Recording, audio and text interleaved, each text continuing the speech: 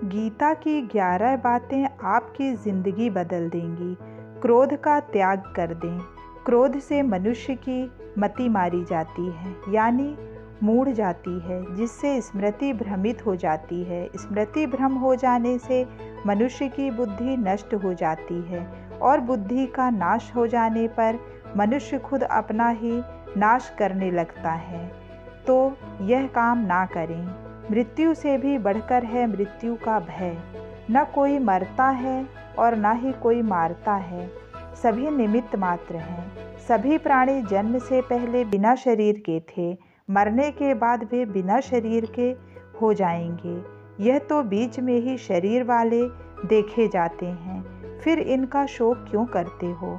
कोई भी अमर जड़ी खाकर पैदा नहीं हुआ है।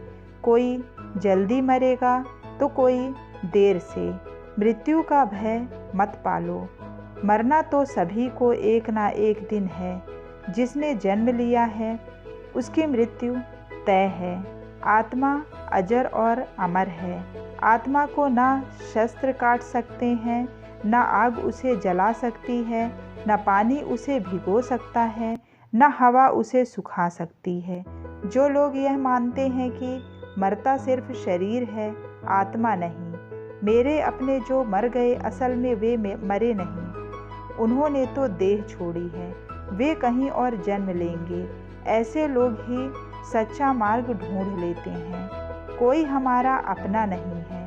गीता में श्री कृष्ण अर्जुन से कहते हैं कि हे अर्जुन, तेरे और मेरे कितने ही जन्म हो चुके हैं। आज जिसे तू अपना समझ रहा है, वह पूर्व जन्म में मैं तेरे साथ नहीं थे।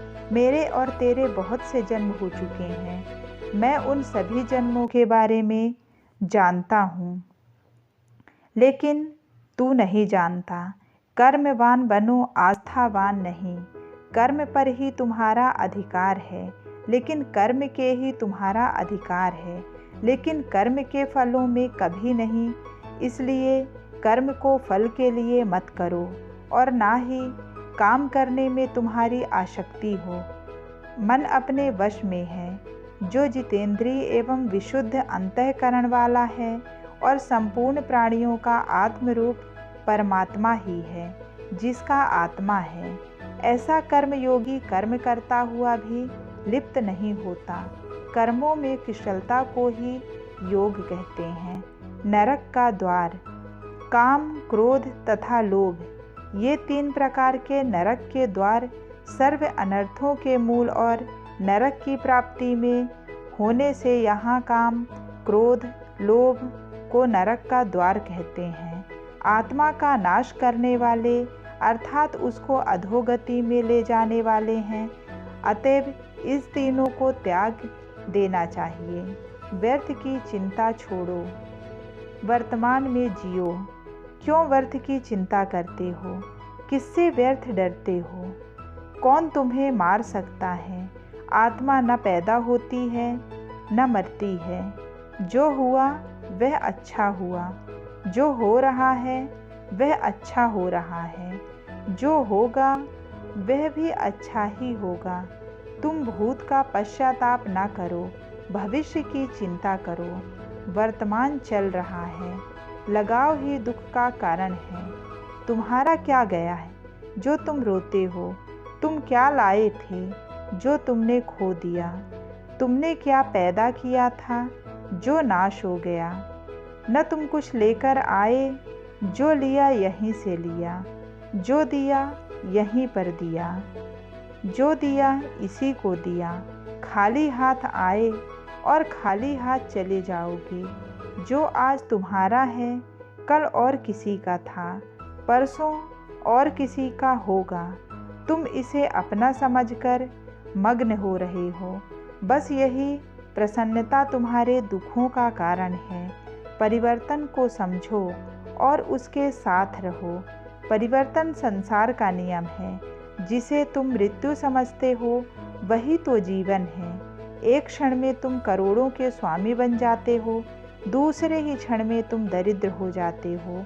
मेरा तेरा छोटा बड़ा, अपना पराया मन से मिटा दो, फिर सब तुम्हारा है।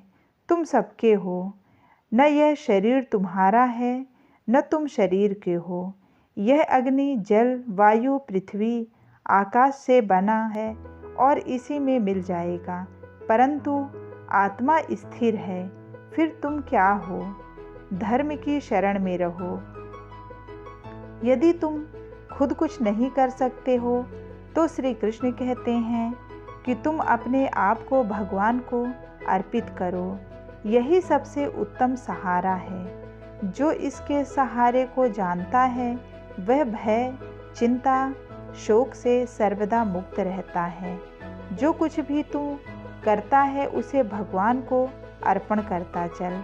ऐसा करने से सदा जीवन मुक्त का आनंद अनुभव करेगा। सारे धर्मों का त्याग कर मेरी शरण में हो जाओ। सर्वधर्मा परित्यज मोमुखे शरणम वज्र। विश्वास। मनुष्य अपने विश्वास से निर्मित होता है।